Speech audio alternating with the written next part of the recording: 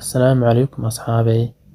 Muuqaalkeena maanta wuxuu ku saabsanaan doonaa sheekadeena maanta nin iyo dabagaale kayn ku wada noolaa, saaxiibno ahaa, waxayna ku wada noolaayeen kayn. Dabagaaluhu aad ayuu u jeclaa saaxiibkii, waxay maalmaha ku wada qaadan jireen kaynta si farxad leh labadooda oo keliya, cid kalena kaynta kulama noolayn oo ay saaxiib leeyihiin. Waa ay wada qadhaaban jireen kaynta, waxay soo helaanna waa ay wada cuni jireen maalinkii, habeenkiina waa ay wada seexan jireen. Waxay ahaayeen saaxiibo aad u fog. Maalin maalmaha ka mid ah ayaa dabagaalihii oo meel iska daaqaya oo saaxiibkiina uu iska hurdo ayaa waxaa soo weeraray shimbirkaasoo ah haadka cuna cayayaanka yaryar. Dabagaalihii markii uu arkay haadkii oo soo duulaya waa uu ka cararay. Dabagaalihiina wuxuu u cararay xagga saaxiibkii, laakiin saaxiibkii waa uu hurdaa oo ma oga dabagaalaha. Dabagaalaha waxaa xagga hore ka soo maray markiiba haadkii si aanu saaxiibkii ugu tagin dabagaalaha yari. Dabagaalihii oo dhawaaqaya oo u yeeraya saaxiibkii ayaa geed ka hoos galay haadkii. Dabagaalihii yara aad ayuu u dhawaaqay, laakiin nasiib darro saaxiibkii ma maqlayo. Haadkiina geedkii ayuu soo dul degay oo dabagaaluhu hoos galay si aanu dabagaalahaas meesha uga bixin. Dabagaalihii ayaa haddana isku dayay inuu ka cararo haadka, inkastoo haadku arkayo hadba meesha uu dabagaaluhu marayo. Laakiin dabagaaluhu waxa uu rabaa inuu cararo oo u cararo dhanka saaxiibkii. Haadkii ayaa u soo duulay xaggii dabagaalaha.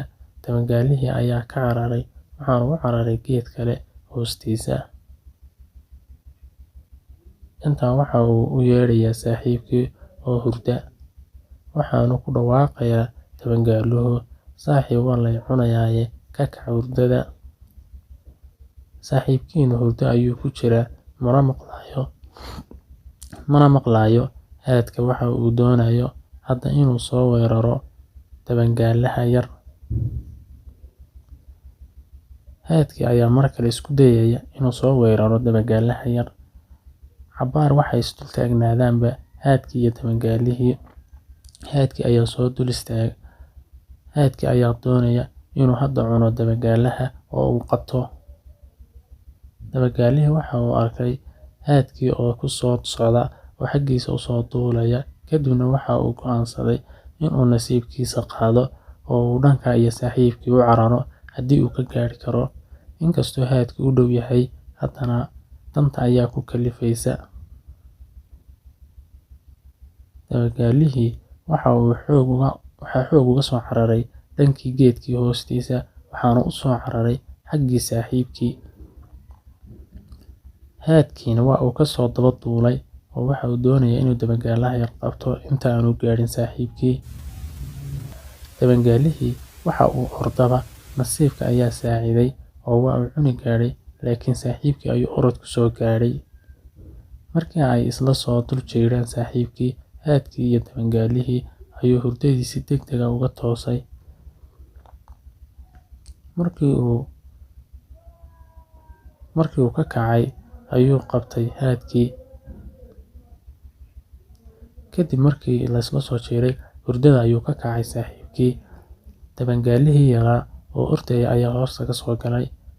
Kadib haadkii markuu arkay ninkii oo soo kacay, waa uu dib ayuu u laabtay oo waa uu duulay. Dabagaalihii waxa uu aad u canaantay saaxiibkii oo maqli waayay intii uu u yeedhayay oo dhan, waayo dabagaalaha yar waa la cuni gaadhay, waxaana cuni gaadhay haadka. Saaxiibkii wuxuu ku yidhi, saaxiib raalli noqo, kumana ogeyn oo waan hurdaye. Dabagaalihii oo aad u xanaaqsan ayaa yidhi, saaxiibow maanta mar ayaad i waayi gaadhay, aad ayaanan u sigtay, laakiin waxaan kugula talinayaa inaanad saaxiib sidaa yeelin. Saaxiibkii ayaa ku yidhi, "Hey, hadda kadib waan feejignaan doonaa insha Allah." Dabagaalihii yaraa oo iska xanaaqsan ayaa yidhi, "Maanta oo kaleeto dirqi waa aan geeriyoon gaadhay, adiguna saaxiib la'aan ayaa kugu dhici gaadhay." Kadib ninkii wuxuu ku yidhi, "Saaxiib aamu, anigaa kuu jooga, balaayana kuma cunayso insha Allah." Dabagaalihii yaraa wax uu canoodaba waa iska aamusay. Markii dambe naxdintiina way ka baxday, waxay go'aansadeen inay kayntoodii iska tagaan.